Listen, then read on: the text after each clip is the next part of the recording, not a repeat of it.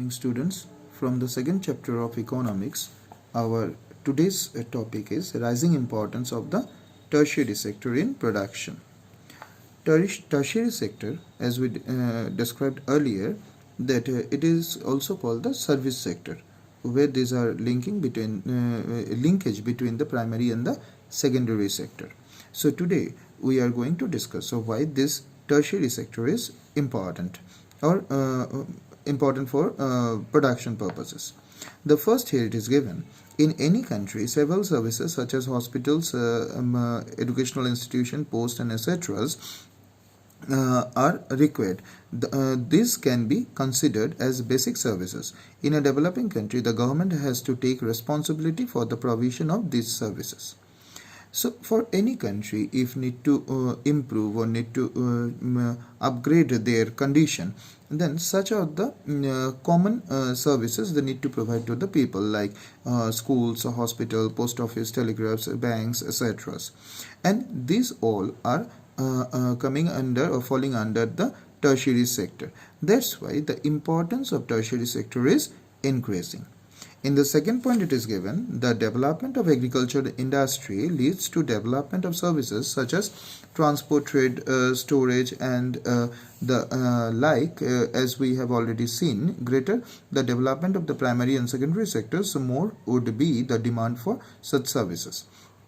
Now the primary and secondary sector can be fulfilled only with the help of tertiary sector, because whenever a farmer is producing a good number of crops, it need to be sent to the factories or to sell in the market, and to carry these crops we need transportation or communication. And that's why, as the primary and secondary sector is increasing, the demand of this sector is increasing, same way the tertiary sector also becoming important to communicate with this primary and secondary sector.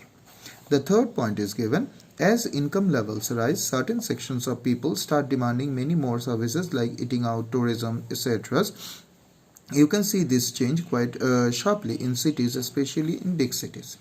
So whenever the development is happening, obviously the source of income also increasing among the people.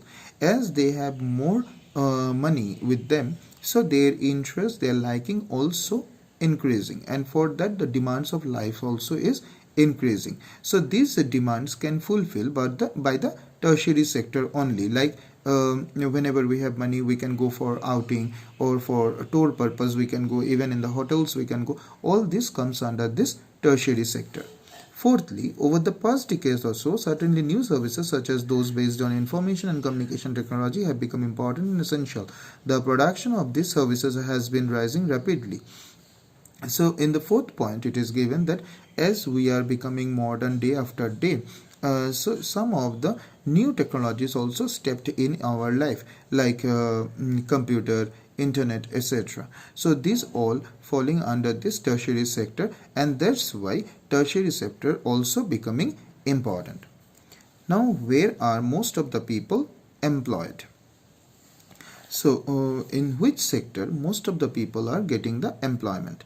Here it is says that a remarkable fact about India is that while there has been a change in the share of the three sector in GDP, a similar shift has taken place in employment.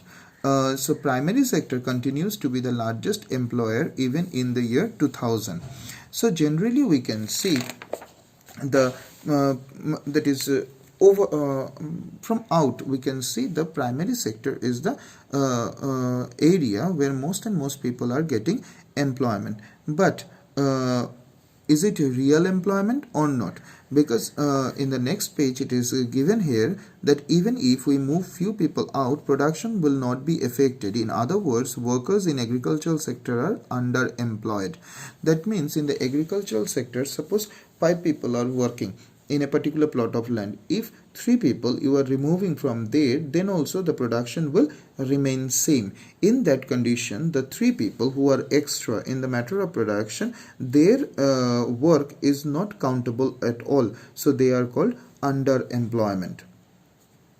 So this kind of underemployment is hidden in contrast to someone who doesn't have a job and is clearly visible as unemployed.